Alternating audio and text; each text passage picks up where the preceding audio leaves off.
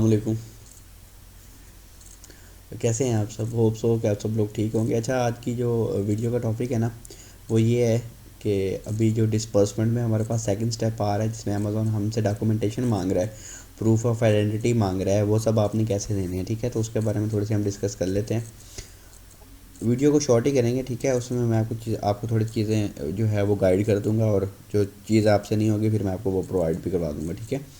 अच्छा, उसमें कॉमन, ये तो कॉमन अपील, लाइक एक रिस्पॉन्स आ रहा है अमेज़ॉन की तरफ से हमें।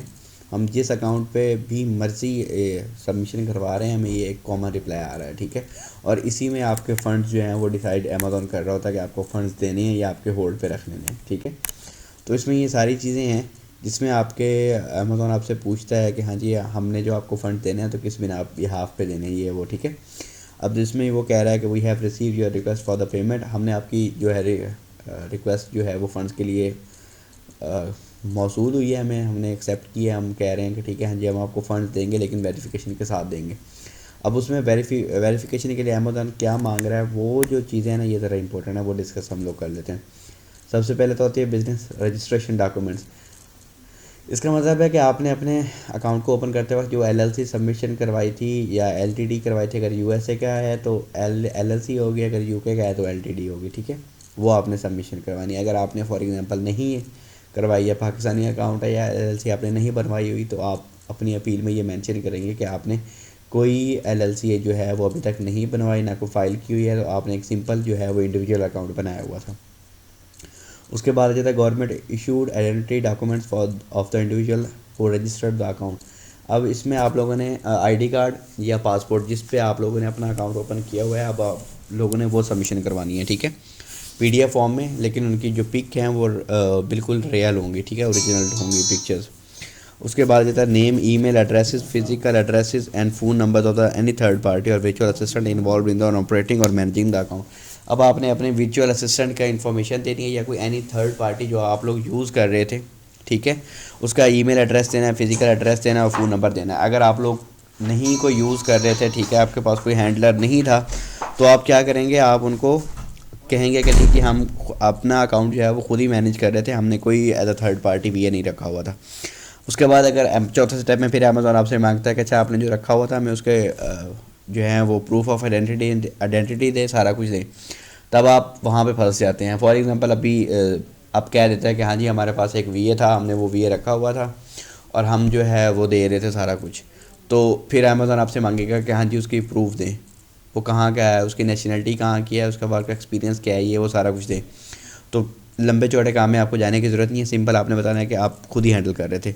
बिजनेस एग्रीमेंट, ठीक है, एनी थर्ड पार्टी के साथ जब आपने कोई वीए रखा हुआ है या किसी के साथ भी आपने किया हुआ है, कॉन्ट्रैक्ट बनाया है, तो वो कॉन्ट्रैक्ट पेपर दें आपने, वो सबमिशन करवानी है अमेज़ॉन को, ठीक है। उसके बाद evidence of payment made to any third parties involve in this activity, credit card और बैंक स्टेटमेंट। ये थोड़ा इंपॉर्टेंट है क्योंकि समटाइम ये होता है कि आप लोगों ने जो स्टेटमेंट्स देनी होती है ना, वो उसी पर्सन के नेम की होती हैं जिसके नेम पे अकाउंट ओपन है। अब ऐसा नहीं करना कि अकाउंट आपने अहमद के नाम पे खोला हुआ है और स्टेटमेंट जा रही है हमज़ा के नाम की, देखें हमने हमज़ा के नाम से परचेजिंग की हुई है, नहीं, ठीक है। ये आपने अहमद के नाम की परचेजिंग देनी है और उसी स्टॉक की देनी है कि देखें हमने ये परचेज़ किया हुआ है, ये स्टेटमेंट है, ये हमारे क्रेडिट कार्ड यूज़ हुआ हुआ है, ठीक है। और हम ये वेरीफाई करते हैं कि हमने एक जेन्युइन तरीके से काम किया हुआ है, ठीक है। उसके बाद आता है description and how you learn about the third parties and how you conducted business. यहाँ पे आ जाता है आपका बिज़नेस मॉडल। बिज़नेस मॉडल को आपने बहुत अच्छे तरीके से इलेबोरेट करना होता है। ये आपने बताना होता है कि भाई हमने काम किया है तो हमने ऐसे किया है। अगर इसमें आप थोड़ी सी भी गलती करते हो, आपके फंड जो हैं वो फ्रॉड एक्टिविटी में डाल दिए जाते हैं। उसके बाद आ जाता है इन्वाइसेस और order confirmation, proof of purchases must contain supplier information, buyer information and payment method. ये जो लास्ट स्टेप है ना इन्वाइसेस वाला, ये बहुत इंपॉर्टेंट है। इसमें जो चीज़ें रिक्वायर है ना, वो अगर आप वालमार्ट की इन्वाइसेस दे रहे हैं, नॉर्मली जो ड्रॉप शिपर्स हैं उन्होंने क्या किया था, उन्होंने वालमार्ट से ड्रॉप शिपिंग की थी, सैम क्लब से की थी, होम डिपोर्ट से की थी, HSN जहाँ से भी उन्होंने की थी, उन्होंने व्हाट्सएवर उनका मेथड था उन्होंने किया।